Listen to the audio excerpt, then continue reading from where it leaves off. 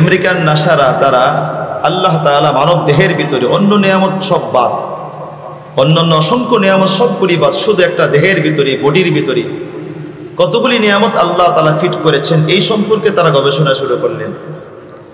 গবেষণা করতে করতে করতে করতে করতে করতে 1973 সন থেকে 2009 সালে এসে এই আমেরিকান নাসারা শেষ পর্যন্ত তারা আত্মসমর্পণ করলেন, সারেন্ডার করলেন। তারা বললেন হ্যাঁ, যে রব্বে কায়নাত কোরআনে যা বলেছেন পুরোটাই সত্য। সুবহানাল্লাহ। দোস্ত বন্ধু আমার, তারা অকপটে স্বীকার করলো যে আল্লাহর কসম, আল্লাহর জাতের কসম খেয়ে বলি যে আমাদের পূর্বপুরুষ, আমাদের বাপদাদারা এই তার উপরে গবেষণা করেছেন যে আমাদের ডান হাত, এই হাতের আঙ্গুল থেকে এই বগল পর্যন্ত একটা হাতের ভিতরে কতগুলি নিয়ামত আল্লাহ ফিট করেছেন। তারা বলেন এই পর্যন্ত আমরা গবেষণা করতে করতে করতে করতে আজও পর্যন্ত তার কোনো অন্ত তালাশ করে পাচ্ছি না যে কতগুলি নিয়ামত আল্লাহ তাআলা একটা হাতে ফিট করেছেন। সুবহানাল্লাহ। কারণ যদি আল্লাহ তাআলার এই চ্যালেঞ্জকে কোনো ব্যক্তি প্রমাণ করতে পারে তাহলে কোরআন ভুল হয়ে যাবে, ঠিক কিনা জোরে বলেন। যে আল্লাহ তাআলা বলে গোলাম ওয়া আতাকুম মিন কুল্লি মা সাআলতুমুহু ওয়া ইন তাউদ্দু নি'মাতাল্লাহি লা তুহসুহা।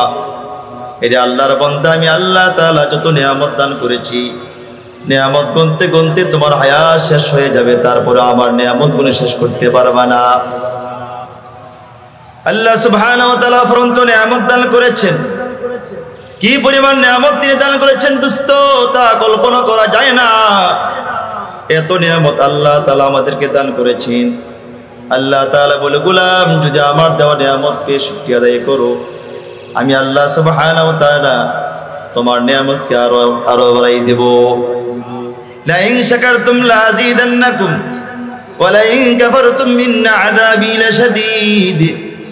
আল্লাহ তাআলা বলে গোলাম, আমি আল্লাহ তাআলা তোমাকে যে নিয়ামত দান করেছি, এই বান্দা নিয়ামত পাওয়ার পরে যদি কৃতজ্ঞ হয়ে যাও, শুকরগুজার গোলাম হয়ে যাও, আমি আল্লাহ তাআলা তোমার নিয়ামতকে আরো আরো অনেক অনেক গুণ বাড়াই দেব। আর যদি আমার দেওয়া নিয়ামত পাওয়ার পরে গোলাম নাফরমান হয়ে যাও, তুমি আমার নিয়ামত পেয়ে অকৃতজ্ঞ হয়ে যাও, তাইলে জানে রাখবে গোলাম, আমার আযাব বড় কঠিন, আমার আযাব বড় ভয়ানক। এই আয়াতের দুইটা পার্ট, একটা পার্ট হলো লা ইন শাকারতুম লা আযীদান্নাকুম ওয়া লা ইন কাফারতুম ইন্না আযাবি লাশাদীদ। আল্লাহ সুবহানাহু ওয়া তাআলা বলেছেন, আমি তোমাদেরকে যে নিয়ামত দান করেছি, তাহলে নিয়ামত কি একটা দুইটা না অসংখ্য? জোরে বলেন, একটা না দুইটা না অসংখ্য? আল্লাহ তাআলা অসংখ্য নিয়ামত দান করেছেন। আল্লাহ বলেছেন তোমরা গণে শেষ করতে পারবা না। তোমরা তোমাদের পরে, তোমাদের এর পরে কিয়ামত পর্যন্ত যারা আসবি, কিয়ামত পর্যন্ত যারা এই পৃথিবীতে আসবি, সকলেই শেষ হয়ে যাবি, তারপর আমার দেওয়া নিয়ামত গুণে কোনদিন কালেও কেউ শেষ করতে পারবে না। সুবহানাল্লাহ, জোরে বলেন। আল্লাহ তাআলা বলেন গোলাম, যদি আমার দেওয়া নিয়ামত পাওয়ার পর আমার শুকরিয়া আদায় করো গোলাম, আমি আল্লাহ তাআলা তোমার নিয়ামতকে আরো বাড়াই দেব। তার অর্থটা কি দোস্ত? আল্লাহ নিয়ামত বাড়াবেন মানে তার অর্থটা কি? আল্লাহ বলে গোলাম, সবচাইতে বড় নিয়ামত বাড়ানোর অর্থ হলো বিচারের দিবসে আমি আল্লাহ তাআলা তোমাকে আগে আগে ডেকে ডেকে জান্নাতের ফয়সালা করে দেব। সবচাইতে বড় নিয়ামত হলো যে আল্লাহর দরবারে ক্ষমা পেয়ে যাওয়া, বিচারের দিবসে আল্লাহর সামনে আল্লাহর কাছে ক্ষমা পেয়ে, নিষ্কৃতি পেয়ে জান্নাতের মালিক হয়ে যাওয়া। আমি একটা মারাত্মক পেরেশানির ভিতরে আছি, দোয়া চাচ্ছি, কথা বলতে খুব কষ্ট হচ্ছে, খুব বড় একটা পেরেশানির চাপের মুখে আছি। আল্লাহ তাআলা যেন এই পেরেশানিকে দূর করে দেন, সকলে বলে আমিন। আমি যে বয়ান কি করতেছি নিজেই বুঝতে পারতেছি না, তারপরও হয়তো উলামায়ে কেরামদের নেক নজরের কারণে আল্লাহ তাআলা হয়তো, কারণ এই পৃথিবীতে যারা বড় হয়েছেন, যারাই বড় হয়েছেন, সবাই আল্লাহ ওয়ালাদের নজরে বড় হয়েছেন। হযরত থানভী রাহমাতুল্লাহ আলাইহি বলেন যে তোমরা যে আজকে আমার এই চতুর্দিকে আমার নাম ছড়ে যাচ্ছে, এত প্রচার প্রসার হচ্ছে, তার মূল কারণ কি? তিনি বলেছেন তার মূল কারণ হলো আমি 3 বুজুর্গের নজরে এত বড় হয়েছে। আর ওয়াহে সালাস একটা কিতাব আছে আরবিতে, ওই কিতাবের ভিতরে লম্বা ইতিহাস হযরত থানভী রাহমাতুল্লাহর কথাটা এখানে নকল করেছেন। আমার ভাই, আমার দোস্ত, যে আল্লাহ সুবহানাহু ওয়া তাআলা আল্লাহ ওয়ালাদের নজর এমন একটা জিনিস যে আল্লাহ ওয়ালাদের নজরের কারণে মুর্দা জিন্দা হয়ে যায়। যেই অন্তর ঝং পড়ে গিয়েছে সে অন্তর পরিষ্কার হয়ে যায়।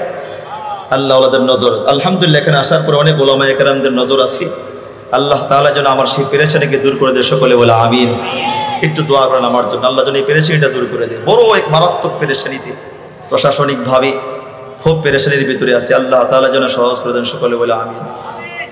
বড় জায়গায় গেলে যা মুসিবত হয় আর কি, বয়ান করতে গেলেও বড় সতর্কতার সাথে বয়ান করতে হয়, কথার পদস্খলন ঘটে, ঠিক কিনা জোরে বলেন? এটা কি আমাদের অনেকেই পুঁজি বানাইয়া অনেক কিছুই করতে পারে। আল্লাহ তাআলা আমাদের সবাইকে হেফাজত করে, সকলে বলে আমিন। তারপরে বিচলিত নয়, কারণ হলো আমাদের আকাবের আসলাফ সবাই তো জেল খেটেছেন, ঠিক কিনা জোরে বলেন? এটা আমাদের জেলখানা, এটা আমাদের একটা আকাবেরদের সুন্নত, বিশেষ করে রসুল আকরাম সাল্লাল্লাহু আলাইহি সাল্লামের সুন্নত। 3 দিন পর্যন্ত রসুল, যদিও জেল না কিন্তু জেলের মতোই ছিল, ঠিক কিনা জোরে বলেন? স্বাধীনতা ছিল না। তো শুকরিয়া এমন একটা জিনিস, শুকরিয়া আদায় করলে কি কি লাভ, এই সম্পর্কে বয়ান করলে অনেক লম্বা চোরা কথা বলা যাবে। সংক্ষিপ্ত করে 2-4টা কথা বলি, শুকরিয়া আদায় করলে কি লাভ। শুকরিয়া আদায় করার দ্বারাতে সবচেয়ে বড় ফায়দা হলো যে বিচারের দিবসে, যে বিচারের দিবসে সমস্ত নবীদের পর্যন্ত হুঁশ হারিয়ে ফেলবেন। যে বিচারের দিবসে আল্লাহ সুবহানাহু ওয়া তাআলা এমন এক হালত তৈরি করবেন, আল্লাহ তাআলা যে বলেন, দোস্ত আমার, বন্ধু আমার, ওয়াতারান নাস সুকারা ওয়া মা হুম বিসুকারা ওয়ালাকিন আযাবাল্লাহি শাদীদ। আল্লাহ তাআলা বলে, বন্ধু আমার, হাবিব আমার, বিচারের দিবসে আপনি সব মানুষগুলিকে নেশাগ্রস্ত দেখবেন, মাতলামি করতে দেখবেন। মুফাসসিরে কেরাম বলেন, আল্লাহ তাআলা এখানে কোন নবীদেরকে ছাড় দেন নাই, নবীদেরকে আল্লাহ তাআলা বলেছেন, দোস্তরি নবীরা পর্যন্ত কিয়ামতের দিবসে হুঁশ হারিয়ে ফেলবে, এদের কোনো জ্ঞান থাকবে না, এরা পাগলামি শুরু করবে। এই জন্য কবিতার ভাষায় বলেন, আদম সে তা ঈসা নবী সফুরা ফুকারে নফসি নফসি। আদম থেকে ঈসা পর্যন্ত সমস্ত নবীরা নফসি নফসি বলবি। আল্লাহ তাআলা বলবে, আদম, আল্লাহ বলবে, মুসা তুমি একবার, 2বার, 3বার নয়, তুর পাহাড়ে আমার সঙ্গে বারবার কথা বলেছিলে, মুসা বলো আজকে বিচারের দিন তোমার উম্মতের ফয়সালা কি হবে? মুসা বলবে, আল্লাহ জানি না, ইয়া রাব্বি নফসি নফসি, আয় আল্লাহ আপনি আমারে বাঁচান, আজকে বিচারের দিন আমি আমার উম্মতকে আমি চিনি না। কঠিন এক বিচারের দিন দোস্ত, এক ভয়াবহ দিন। আল্লাহ তাআলা নিজে বলেছেন, ওয়াতাযাউ কুল্লু যাতি হামলিন হামলাহা। যে বিচারের দিবসে যেই মহিলারা দুনিয়াতে প্রেগনেন্ট অবস্থায় ইন্তেকাল করেছেন, গর্ভ অবস্থায় ইন্তেকাল করেছেন, বিচারের দিবসটা দেখার সঙ্গে সঙ্গে বাচ্চা প্রসব করে দিবে। আল্লাহ রাসূল বলেন, যারা জোয়ানকালে ইন্তেকাল করেছে, বিচারের দিবসটা দেখার সঙ্গে সঙ্গে এরা বুড়া হয়ে যাবে, চুলগুলি বেঁকে যাবে, দাড়িগুলি বেঁকে যাবে। এক ভয়াবহর মাঝখানে দোস্ত বন্ধু আমার, রাসূল আকরাম সাল্লাল্লাহু আলাইহি সাল্লাম বলেন, যারা দুনিয়ার জমিনে সুখে দুঃখে শুকরিয়া আদায় করে, قال رسول الله صلى الله عليه وسلم أول من يدعى إلى الجنة الذين يحمدون الله في السراء والضراء। الله أكبر। আল্লাহ রাসূল সাল্লাল্লাহু আলাইহি সাল্লাম বলেন, বিচারের দিবসে আল্লাহ তাআলা একদল মানুষকে আগে আগে ডেকে ডেকে জান্নাতে নিয়ে যাবেন। এই গোলাম এদিকে আসো, জান্নাতে যাও। এই গোলাম তুমি এদিকে আসো, জান্নাতে যাও। এই গোলাম তুমি এদিকে আসো, জান্নাতে যাও। এই গোলাম তুমি জান্নাতে যাও, এই গোলাম জান্নাতে চলে যাও। আল্লাহ তাআলা ডেকে ডেকে দোস্ত একদল মানুষকে আগে আগে জান্নাতের ফয়সালা করে দিবেন। তারা কারা? আল্লাহ রাসূল বলেন, যারা দুনিয়ার জমিনে সুখে দুঃখে মালিকের প্রশংসা করেছি। সুবহানাল্লাহ জোরে বলেন। সুখে দুঃখে মালিকের শুকরিয়া আদায় করেছি। আল্লাহ তাআলা খাবার দিল, আলহামদুলিল্লাহ। খাবার না দিলে বলে আলহামদুলিল্লাহ। সকালবেলা খাই না, আলহামদুলিল্লাহ। বিকালে খেয়েছে, আলহামদুলিল্লাহ। 2 দিন 3 দিন না খেয়েছিল, আলহামদুলিল্লাহ। দোস্ত ঘরে যাওয়ার পরে গিয়ে দেখলো সারাদিন মেহমানদের করার পর অনেক গোশত বাকি ছিল। আল্লাহর বান্দা অনেক শখ করে আনছেন। আল্লাহর বান্দার দিলে বড় ফিকির যে আল্লাহ মালিক, আল্লাহ অনেক দিন পরে আমি গোশত কিনতে পেরেছি, আজকে গোশত খাবো। আল্লাহর গোলাম তার বাসায় ফিরতে দেরি করে ফেলেছেন, কিন্তু সন্ধ্যা ঘনিয়ে আসার পর আল্লাহর গোলাম বাসায় গিয়ে দেখলেন যে গোশত কিনেছেন বড় শখ করে খাবেন, গিয়া দেখে পাতিলাতে একটাও গোশত নাই, সব হাড্ডিয়ার, সব আলুতে ভরা, মেজাজ বড় গরম। কিন্তু না না না, রাসূল বলেন যদি সেই মুহূর্তে আল্লাহর গোলাম বলতে পারে আলহামদুলিল্লাহ, আল্লাহ রাসূল সাল্লাল্লাহু আলাইহি সাল্লাম বলেন এমন গোলামগুলিকে আল্লাহ তাআলা আগে আগে ডেকে ডেকে জান্নাতের ফয়সালা করে দিবেন। আল্লাহ তাআলা বিচারের দিবসে ফেরেশতারা যখন এই লোকগুলিকে জাহান্নামের দিকে নিতে শুরু করবে, আল্লাহ সুবহানাহু ওয়া তাআলা বলবে ফেরেশতারা দ্বারা আমার এই গোলামটাকে জাহান্নামে দিও না। কারণ হলো আমার এই গোলামটা পৃথিবীর জমিনে, আমার এই গোলামটা আমার ফয়সালা মেনে নিয়েছি। আমি আল্লাহ তাআলা যে ফয়সালা তার জন্য করেছি সেইটাই মেনে নিয়েছি। তারে দুঃখ দিলেও বলেছে আলহামদুলিল্লাহ, তারে সুখ দিলেও বলেছে আলহামদুলিল্লাহ, সন্তান দিয়েছি বলে আলহামদুলিল্লাহ, সন্তান নিয়ে গেলাম বলে আলহামদুলিল্লাহ, সম্পদ দিয়েছে আলহামদুলিল্লাহ, সবুজ শ্যামল সুন্দর ফসল দিয়েছে আলহামদুলিল্লাহ। আমি আল্লাহ তাআলা আবার ঘূর্ণিঝড় দিয়ে ফসলগুলো শেষ করে ফেলেছি, তাও বলে আলহামদুলিল্লাহ। আমার গোলাম আমার ফয়সালা মেনে নিয়েছে। এরই গোলাম, এরই ফেরেশতারা সাবধান, আমার বান্দাকে আজকে তুমি জাহান্নামে নিও না। যদি আমার বান্দাকে আজকে জাহান্নামে নাও, তাইলে আমার গাফফার নামের ইজ্জত থাকে না। যা যা যা গোলাম, যেহেতু দুনিয়াতে আমার ফয়সালা মেনে নিয়েছো, আমি আল্লাহ তাআলা আমার অনুগ্রহে তোমাকে জান্নাতের মালিক বানাই দিলাম। এই হলো পরকালের সবচেয়ে বড় ফায়দা, যে শুকরিয়া আদায় করলেই লাভ। বিচারের দিবসে আল্লাহ তাআলা বিচার শুরু করার আগেই, বিচার এখনো শুরু হবে না, এর আগে আল্লাহ তাআলা ডেকে ডেকে জান্নাতের ফয়সালা করে দিবে। সুবহানাল্লাহ। এর চাইতে বড় আর নিয়ামত কি হতে পারে? এর চাইতে বড় আর পুরস্কার কি হতে পারে? যে বিচারের দিবসে প্রচন্ড সূর্যের তাপের মাঝখানে আল্লাহ তাআলা, এই প্রচন্ড ভয়াবহ দিনের মাঝখানে আল্লাহ তাআলা আগে আগে জান্নাতের ফয়সালা করে দিবে। সুবহানাল্লাহ। দুই নম্বর দোস্ত বন্ধু আমার, দুনিয়ার জমিনে কি লাভ? দুনিয়ার জমিনে কি লাভ, কি ফায়দা? দুনিয়ার জমিনে কি ফায়দা শুকরিয়া আদায় করলে দোস্ত? আমার একটা দুইটা ঘটনা নয়, অনেক ঘটনা জানা আছে। তাফসীরে রুহুল মাআনি থেকে একটা ঘটনা শোনাই দোস্ত বন্ধু আমার। মুসা আলাইহিস সালাতু ওয়াস সালাম তিনি একদিন তুর পাহাড়ে রওনা দিয়েছেন। যখন রওনা দিলেন, হঠাৎ করে তার সামনে একটা লোক পড়ল, তার পরনে শুধু এক টুকরা কাপড় আছে, আর কোনো কাপড় না, লেংটির মতো পরা। লোকটা মুসাকে দেখে বললেন ইয়া মুসা আইনা তাযহাব, এরে মুসা যাও কোথায়? মুসা বললেন ইন্নী আযহাবু ইলা তুর, আমি তুর পাহাড়ে যাচ্ছি। লোকটা বললেন লিমা, কারণ? মুসা বললেন ইন্নী উকাল্লিমু মা আল্লাহ, নিশ্চয় আমি আমার আল্লাহর সঙ্গে কথা বলবো। লোকটা বললেন মুসা এই যে আমার হালত দেখো, ইয়া মুসা উনজুর ইলাইয়া, এরে মুসা আমার দিকে তাকাও, এই যে হালত দেখা যায় মুসা আমি এমন ছিলাম না, অর্থ সম্পদ আমার ভরা ছিল মুসা, এরে মুসা, কিন্তু বুঝতে পারলাম না দিন দিন আমার হালত খারাপ হয়ে যাচ্ছে। আমার ঘর বাড়ি বিটে মাটি যা আছে সবগুলি শেষ হয়ে গিয়েছি।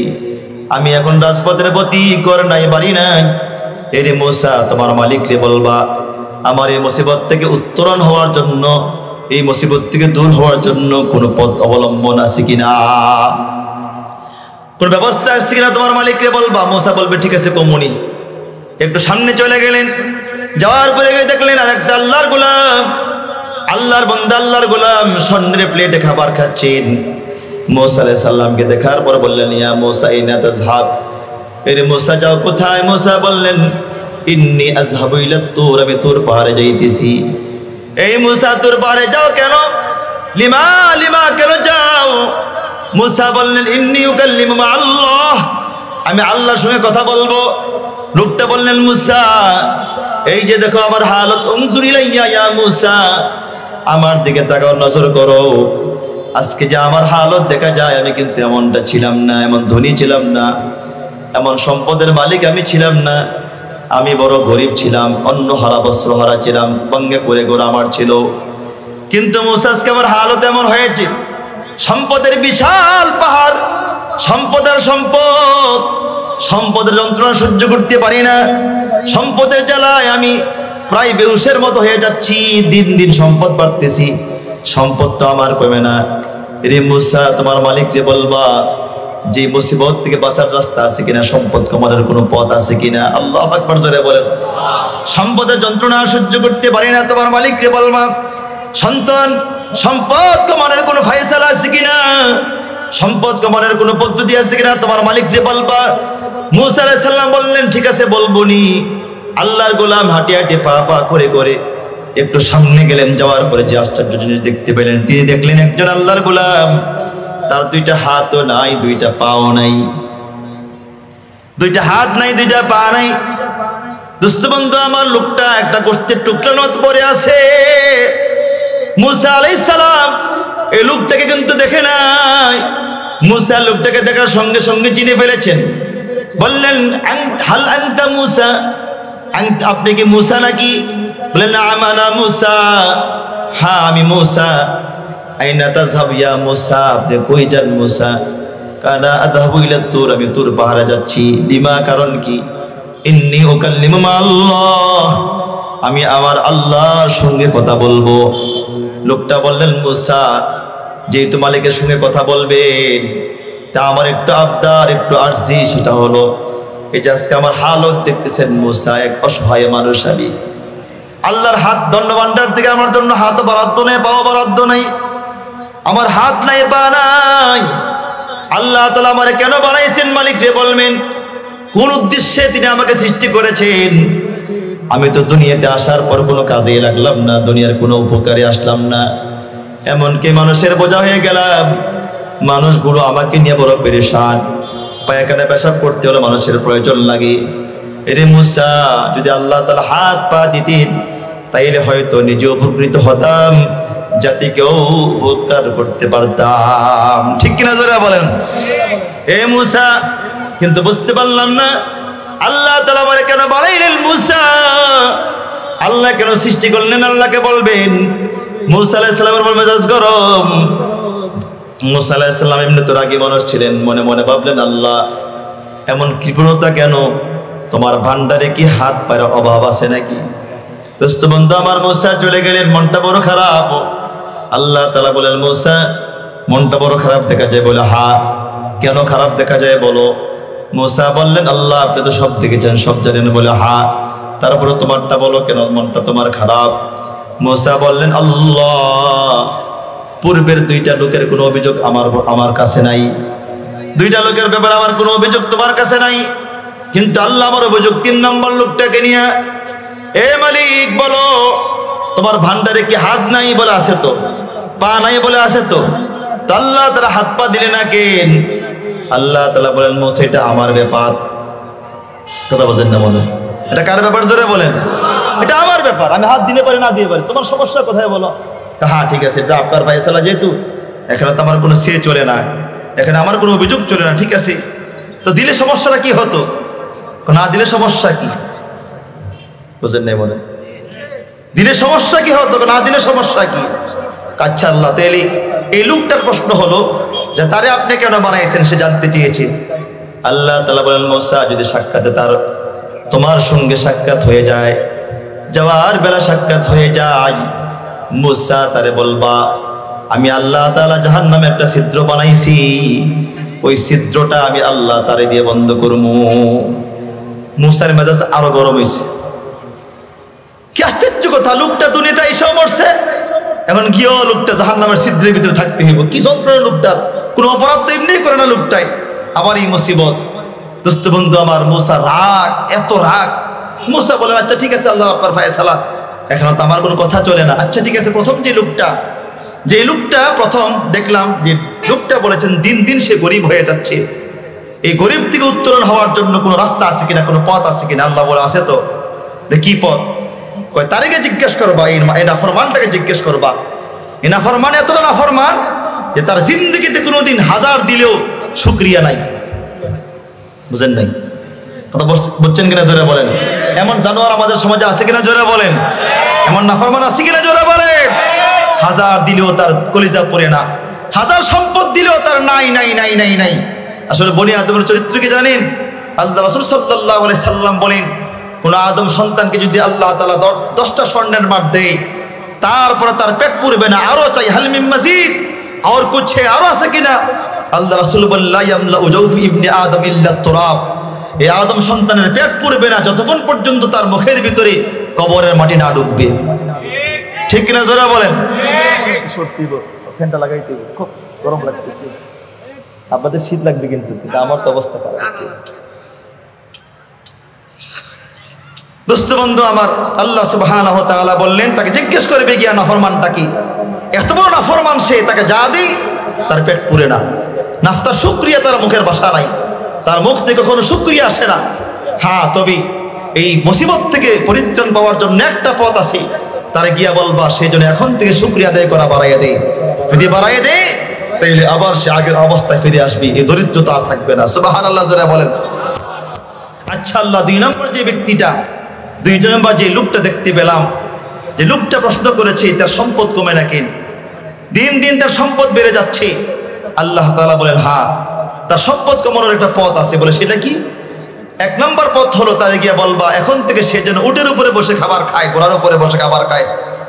আর খাবার খাওয়ার পরে খাবার 2-4টা যে পড়ে যাবে, উটের উপরে বসে পড়ে যাবে খাবারগুলি, ওই খাবারগুলি যেন উঠাইয়া না খায়, আমার এই দেওয়া নেয়ামতগুলি সে উঠাইয়া না খায়, না শুকর গুজার করি। 2 নম্বর, সে এখন থেকে যেন শুকরিয়া আদায় করা বন্ধ করে দেয়, তাইলে অটোমেটিকলি সে গরিব হয়ে যাবে, সে আর ধনী থাকবে না। মূসা আলাইহিস সালাম এই উত্তর শোনার পরে তিনি পৃথিবীতে চলে আসলেন তুর পাহাড় থেকে।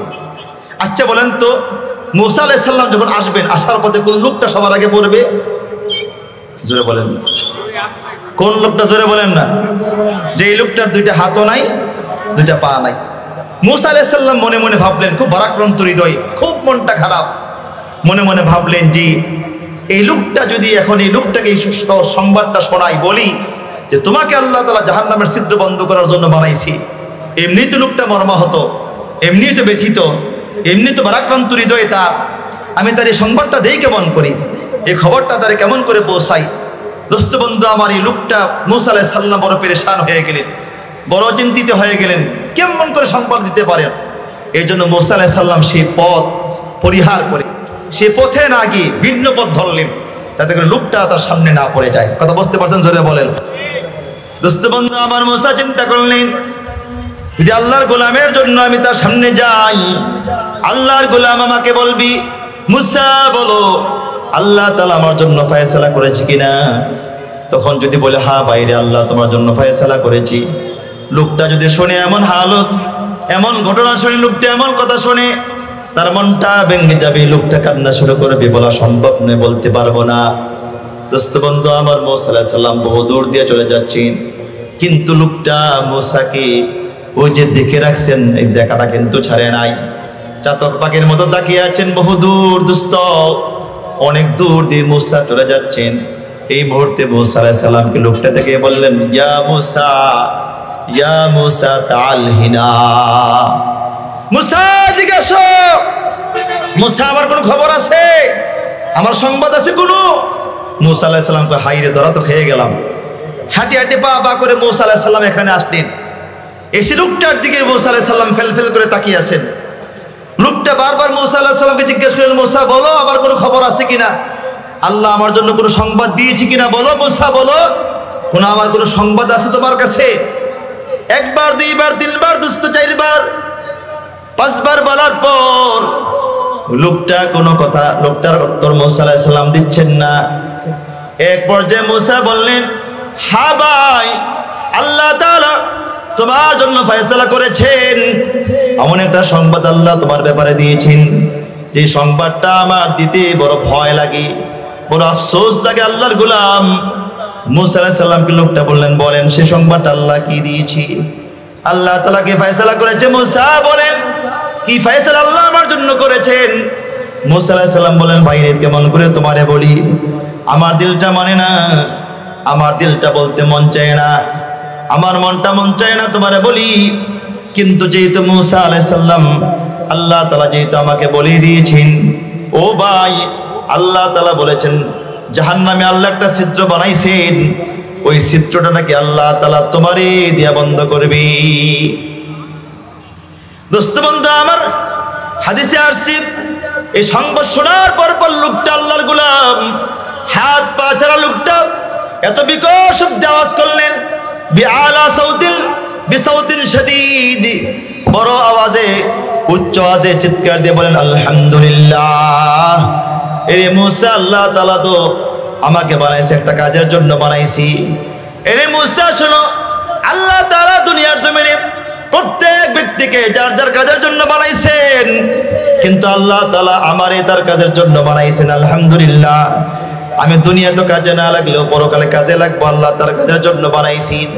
মুসা বললেন, আমি আশ্চর্য হয়ে গেলাম, তাকায় দেখলাম অটোমেটিকলি তার দুইটা হাত বের হয়ে গিয়েছে, দুইটা পা বের হয়ে গিয়েছে।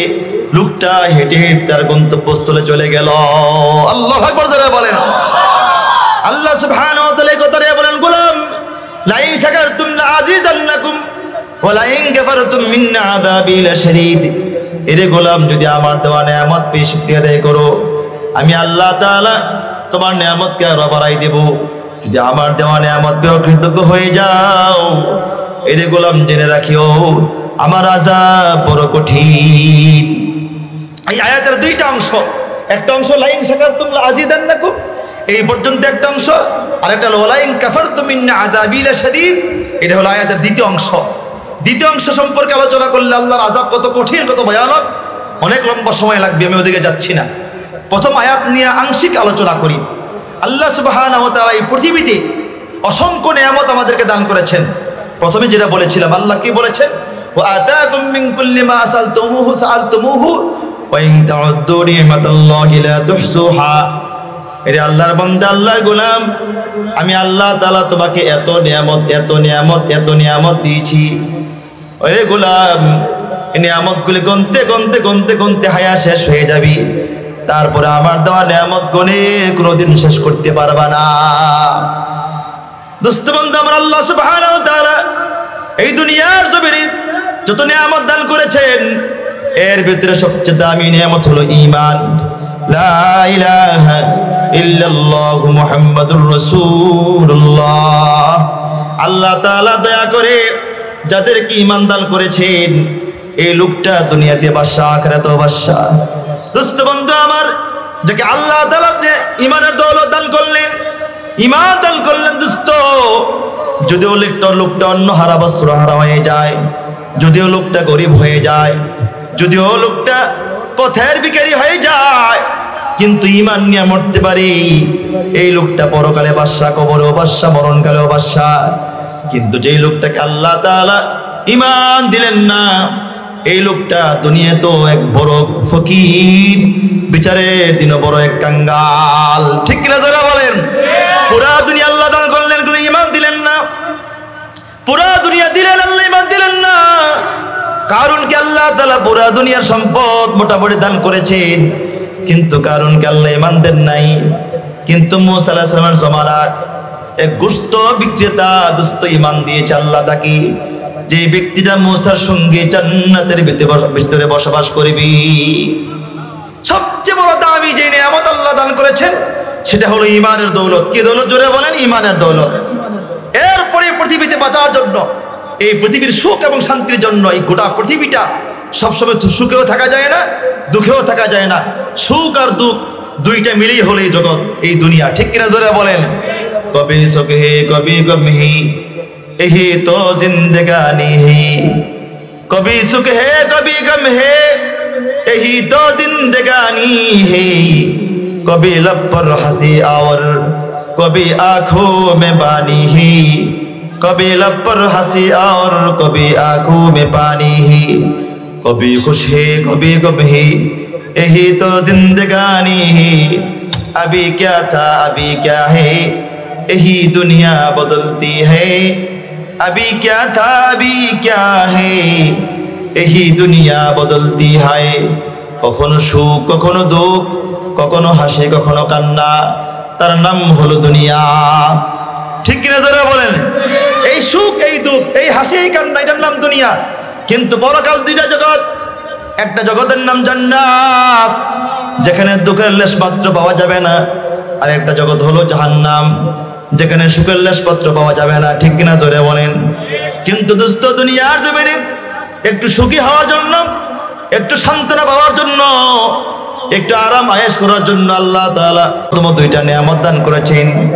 একটা নিয়ামতের নাম হলো সম্পদ, আর একটা নিয়ামতের নাম হলো সন্তান। এই জন্য আল্লাহ তাআলা দুইটা নিয়ামতকে আলাদা করে আলোচনা করেছেন। আল্লাহ তাআলা বলে, বান্দারি আল মালু ওয়াল বানুনা যিনাতুল হায়াতিদ দুনিয়া, সম্পদ এবং সন্তান হলো দুনিয়ার সৌন্দর্য, সন্তান সম্পদ হলো দুনিয়ার আরামায়েশ, সন্তান সম্পদ হলো দুনিয়ার সুখের কারণ। এখানের ভিতরে বিশাল এক কষ্ট এসে যায় যে আল্লাহ, আপনি যে বললেন সন্তান সম্পদ আমার সুখের কারণ, সন্তান সম্পদ আমার আরামায়েশ, কিন্তু আমি তো পুরা উল্টা দেখতেছি। এখন আমি দেখতেছি যে সম্পদ আমার জন্য কাল হয়ে দাঁড়িয়েছে, আর এই সন্তান আমার জন্য তো বড় কাল হয়ে দাঁড়িয়েছে। আমি তো পারি না সন্তানকে গুলি করে মেরে ফেলি, ঠিক কিনা জোরে বলেন, কথা বোঝেন না মনে হয়। আরে দোস্ত, আমি ঢাকাতে যেখানে জুমার নামাজ পড়াই, এমন কোনো জুমা নাই আমার মনে হয় না, এমন কোনো জুমা যায় না যে এই জুমার ভিতরে একজন দুইজন নয়, প্রচুর মুসল্লি, কোটি কোটি টাকার মালিক মতিঝিল আইডিয়াল স্কুলের পাশে, যে আমার তো মুসল্লি সবগুলো ভিআইপি, বেশিরভাগ প্রায় 9,000 মুসল্লি একসঙ্গে জুমার নামাজ পড়ে। তেমন কোনো জুমা সেই দিন থাকে না যে যেই দিন আমার কাছে কয়েকটা অভিভাবকের, কয়েকটা গার্জিয়ানের অভিযোগ আসে না, হুজুর কি করবো আর পারতেছি না, সন্তান কথা শুনতেছে না, সন্তান ড্রাগ নেই, ইয়াবা খায়, মদ খায়, নেশা করে, পরকিয়া জড়িয়ে গিয়েছে, হুজুর আর পারতেছি না, করবোটা কি হুজুর, কি করা যায়? প্রতি জুমাতে কয়েকজন মুসল্লি প্রতি জুমাতেই এই অভিযোগ দিচ্ছে। কিন্তু আল্লাহ তাআলা কি বললেন? না না গোলাম, সন্তান সম্পদ তোমার জন্য এক সুখের কারণ, এক শান্তির কারণ।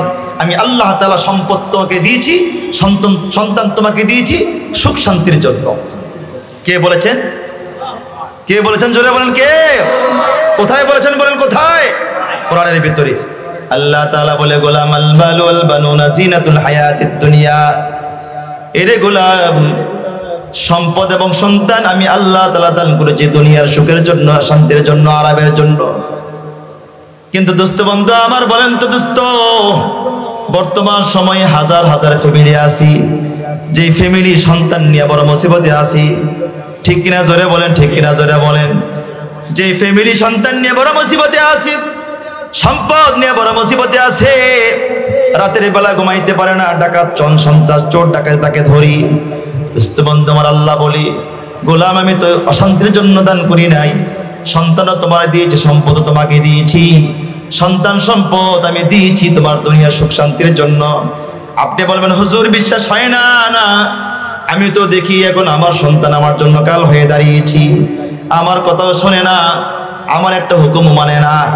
আপনি যে বললেন আল্লাহ তাআলা বলেছেন সন্তান সম্পদ আল্লাহ তাআলা দান করেছেন দুনিয়ার সুখ শান্তির জন্য, এই কথাটা আমার বিশ্বাস হয় না।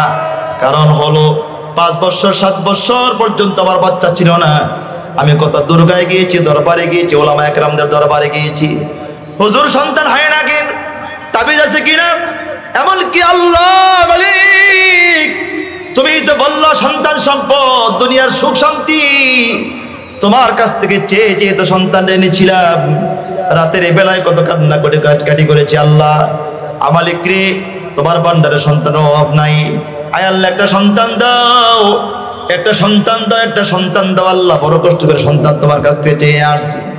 কিন্তু দোস্ত বন্ধু আমার, যে সন্তানটা আনার জন্য আমি লাখ লাখ টাকা খরচ করলাম, যে সন্তানকে আনার জন্য দুনিয়াতে কত তদবির করলাম, কত দোয়া করলাম, কান্নাকাটি করলাম, আল্লাহ তাআলা শেষ পর্যন্ত আমার দোয়া গ্রহণ করলেন, কবুল করলেন। কোন বুজুর্গের দোয়া আল্লাহ তাআলা সন্তান দিলেন, সন্তান ভূমিষ্ঠ হলো, কিন্তু হাঁটি হাঁটি পা পা করে করে করে সন্তান যখন বড় হলো, যেই দিন সন্তান দুনিয়াতে আসলো, আসার পর আমার খুশিকে দেখি, আমার আনন্দকে দেখি, আমি খুশি আর আনন্দের মাঝখানে সন্তানের জন্য হাজার লাখ লাখ টাকার গরু জবাই করে মানুষকে আমি দান করেছি, বিতরণ করেছি, অন্নহারা বস্ত্রহারা, এবং সমাজের লোকগুলিকে মেহমানদারি করাইছি। কিন্তু এই সন্তান যখন নাকি 15-16 বছর হয়ে গেল, 17 বছর হয়ে গেল, 18 বছর হয়ে গেল, এখন দেখলাম সেই সন্তানটা আমার জন্য কাল হয়ে দাঁড়িয়েছি। যে সন্তানটাকে এত কান্নাকাটি করে, এত দোয়া করে, এত পরিশ্রম করে আমি দুনিয়াতে আনলাম, আল্লাহর কাছ থেকে খুঁজে আনলাম, এখন উল্টা হাত তোলে দোয়া করতেছে, আল্লাহ তোমার এই জমিনে কত গাড়ি অ্যাক্সিডেন্ট করে, কত গাড়িতে মানুষ মারা যায়, তার জন্য কি আজরাইল নাই? আছে কিনা জোরে বলেন, আরে বদ্ধ করে কিনা জোরে বলেন। আরে আমার আত্মীয়, আমার আপনজন, আমার আত্মীয়, একদম ক্লোজ আত্মীয়, আমি তার নিজের জবানে শুনছি, তার এই সন্তানের মা চিৎকার করে করে মাটি চাপড়িয়ে বলতেছে, আল্লাহ অনেক পরে বাচ্চা পেয়েছি। আল্লাহ এমন কুলাঙ্গার বাচ্চা হবে জানতাম না কোনোদিন। আল্লাহ তোমার কাছে ফরিয়াদ, কত মানুষ দিন দিন মারা যায়, রাস্তাঘাটে মারা যায়, গাড়িতে চাপা পড়ে মারা যায়। আল্লাহ একটা গাড়ি পাঠিয়ে দাও, সে যে রাস্তায় মরে যায়, আমি আর তার চেহারা দেখতে চাই না। কথা বোঝেন না? কথা বুঝতে পেরে জোরে বলেন, এটা আমার চোখের দেখা। তাইলে প্রশ্ন হলো, আল্লাহ কি কোরআনে ভুল বলেছেন? জোরে বলেন, আরে জোরে বলেন, আল্লাহ ভুল বলেছেন কিনা জোরে বলেন। আল্লাহ তাআলা বলেন, আল মাল ওয়াল বানুনা জিনাতুল হায়াতিদ দুনিয়া, সন্তান এবং সম্পদ দুনিয়ার সুখ শান্তি আরাম আয়েশ, দুনিয়ার সাজসজ্জা, দুনিয়ার আনন্দ। কিন্তু আমি দেখতেছি সন্তান সম্পদ এখন আমার জন্য দুনিয়াতে কাল হয়ে দাঁড়িয়েছে। ঠিক কিনা জোরে বলেন? কাল হয়ে দাঁড়িয়েছে। আমার যেমনি মন চায় আমি আমার মনের বাহিরে আমার সন্তান চলতেছি, আমার মনের একটা কথাও সে বুঝতে পারতেছে না। তার মন যা চাচ্ছে তাই করতেছি। সে আমার কাছে পিস্তল নিয়ে আসে, সে আমার কাছে ছুরি নিয়ে আসে, আমাকে বাই ফোর্স করে যে এখন আমাকে 1 লাখ টাকা দিতে হবে, এখন হুন্ডা কিনে দিতে হবে, এখন আমাকে এই দিতে হবে, এই মেয়েটা বিবাহ করবো আমি মেয়েটাকে চাই। আহারে মা বাপ কত পেরেশানির ভিতরে আছে। এমন সন্তান আছে কিনা? জোরে আছে কিনা জোরে বলেন। তার সংখ্যা কম না বেশি? জোরে বলেন, কম না বেশি? জোরে বলেন। অনেক বেশি দুস্থ বর্তমান সমাজে তো একদম ওই পোকার মতো প্রতিটা সংসারের ভিতরে ওই পোকার মতো গুণের মতো খেয়ে ফেলতে সংসারকে তিলে তিলে শেষ করে ফেলতেছে। আল্লাহ সুবহানাহু ওয়া তাআলা যা বললেন, সন্তান সম্পদ তোমাকে দিয়েছে দুনিয়া সুখ শান্তির জন্য, আরাম আয়েশের জন্য, কিন্তু আমি দেখতেছি এখন সন্তান সম্পদ আমার জন্য বড় কাল হয়ে দাঁড়িয়েছে। কারণ কি? তাইলে এখানে হয়তো আল্লাহর কালাম ভুল, অথবা সন্তান লালন পালনে আমার পদ্ধতির মাঝখানে ভুল। ঠিক না? জোরে বলেন, জোরে বলেন। হয় আল্লাহর কালাম ভুল, অথবা সন্তান লালন পালনে আমার পদ্ধতির মাঝখানে ভুল। ঠিক কিনা জোরে বলেন। এবার আপনার ইনসাফ দিয়ে বলেন, কি আল্লাহর কালাম ভুল? জোরে বলেন। আল্লাহ কি মিথ্যা বলেছে? আল্লাহ বলে, গোলাম মিথ্যা বলবো দূরের কথা, বলা বান্দা আমান আস্তাকু মিনাল্লাহি কিলা, আমার চাইতে সত্য কথা বলনেওয়ালা কে হতে পারে? আমার চাইতে সত্য কথা বলনেওয়ালা কেউ হতে পারে না। ও দোস্ত বন্ধু, আমার একটু চিন্তা ভাবনা করে বয়ানটা শোনেন, বড় ফায়দা হবে। বর্তমান সমাজে সন্তান কথা শোনে না কেন? কোন কারণে শোনে না? দোস্ত বন্ধু আমার, আজ পর্যন্ত আমি তো আমার মসজিদে চিৎকার করে বলেছি যে এই পর্যন্ত আপনারা প্রমাণ পেশ করেন 2017 সালে যুগান্তর পত্রিকার রিপোর্ট, আমাদের রিপোর্ট নয়, যুগান্তর পত্রিকার রিপোর্টের কাটিংটা এখনো আমার বাসায় হয়তো আসি, আমি তালাশ করলে পেয়ে যাব। এটা আমার একটা বদ অভ্যাস না ভালো অভ্যাস আমি জানি না। গুরুত্বপূর্ণ করে বিষয়টাকে আমি কেটে কাটিং করে আমি আমার সেফ মতো আমার জায়গাতে রেখে দিই। 2017 সালে যুগান্তর পত্রিকার রিপোর্ট, 17 সালের কথা বলতেছি, তারা রিপোর্ট করেছেন যে বর্তমান সমাজে এই পর্যন্ত বর্তমান পরিস্থিতির অবস্থা, বর্তমান হালত এমন অবস্থা হয়েছে যে বর্তমান ইউনিভার্সিটিগুলোর ভিতরে শিক্ষাঙ্গনে, অর্থাৎ কলেজ ইউনিভার্সিটি উল্লেখ করেছেন, কলেজ ইউনিভার্সিটিতে শতকরা 72%, অর্থাৎ 72% যুবক যুবতী শিক্ষার্থী নেশায় জড়িত, ড্রাগ নিচ্ছে, ইঞ্জেকশন নিচ্ছে, ইয়াবা খাচ্ছে। কথা বোঝেন নাই? কথা বুঝতে পেরেছেন? জোরে বলেন, কথা বুঝতে পেরেছেন? শতকরা 72%, 2017 সালের ইতিহাস রিপোর্ট যে সেখানে তারা করেছেন, 2017 সালে আমরা সেখান থেকে পেলাম যে শতকরা 72% নেশায় জড়িত। কোথায়? শিক্ষার্থীরা যারা কলেজ ইউনিভার্সিটিতে পড়েন। কিন্তু শুকরিয়ার বিষয় হলো সেখানে একটা কলম বসাইতে পারে নাই, একটা লেখাও লিখতে পারে নাই, আজও পর্যন্ত পারে নাই। এই পর্যন্ত গোটা বিশ্বের কোনো পত্রিকা, কোনো কলামিস্ট, কোনো লেখক এই পর্যন্ত প্রমাণ করতে পারে নাই কোনো মাদ্রাসার ছাত্র নেশায় জড়িত, মদ খায়, ইয়াবা খায়, নেশা করে, ইফতিজিং করে, এই পর্যন্ত প্রমাণ করতে পারে নাই। ঠিক কিনা জোরে বলেন? কোন শিক্ষা মানুষকে শিক্ষিত বানায়?